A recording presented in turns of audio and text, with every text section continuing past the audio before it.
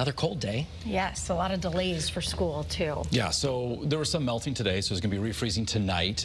So the icy spots should be less widespread tomorrow morning. But this cold air that we have now is going to only get colder as we head into this weekend. So the wind is going to make it feel even worse. Bundle up, everyone. Yes. Get out the big coats. Yeah.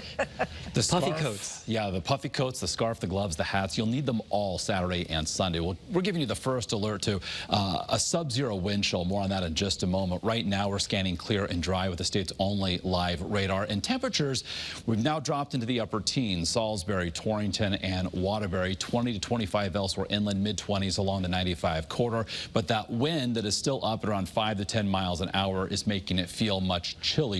Wind chill values in the single digits and teens all across Connecticut. So where I can view from Torrington, we've got the snow-covered roofs, otherwise a clear sky overhead, and looking live from the shoreline there from Old Saybrook. At least today we're able to enjoy that sunshine, and that was the case really region-wide. And tomorrow it's not going to be as bright. We've got a little disturbance that's going to be making its way through the Great Lakes in our direction, so that will bring an increase in cloudiness as well as the chance for some late-day flurries. Then this energy that's back across the Rockies, that's going to brush us as we head into Friday evening with some light snow. So for tonight, temperatures bottom out in the 10 to 15 degree range inland, between 15 and 20 along the 95 corridor. The wind's not going to be terribly strong, but it won't take much of a wind to knock those teen temperatures into the feels-like values here into the single digits by early tomorrow morning.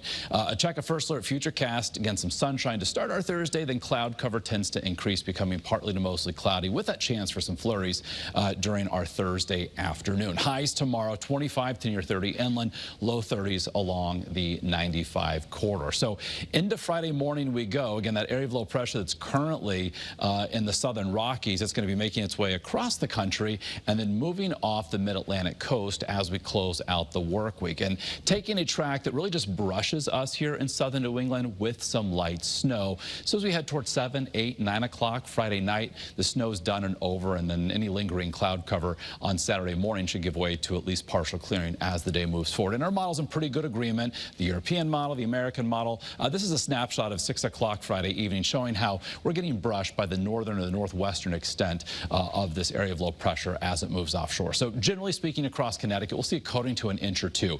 So not a whole lot of snow, but again, your first alert to potential impacts for the evening commute as temperatures are going to be cold enough that untreated surfaces as the snow falls will accumulate, and again, those untreated surfaces could become slick. So for the upcoming weekend, we're precip free. We'll see at least intervals of sun on Saturday, a mostly sunny sky on Sunday. It is the temperature and the wind, that combination, that is prompting our next first alert. As we head into Friday night and early Saturday morning, check out our wind chill values. This is just one model's take on the situation.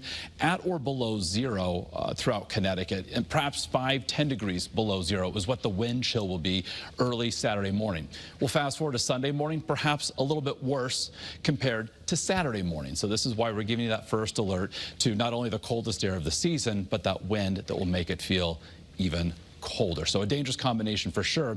It's short-lived relative to what's happening over the span of next week. We're back in the mid to upper 30s on Monday under a mostly sunny sky, 40 or better by Tuesday despite increasing cloudiness. We've got the chance for maybe some rain or a little wintry mixed shower activity in here as we head toward Wednesday of next week. So again, we've got the snow potential later Friday and then the cold and wind for the upcoming weekend. Okay.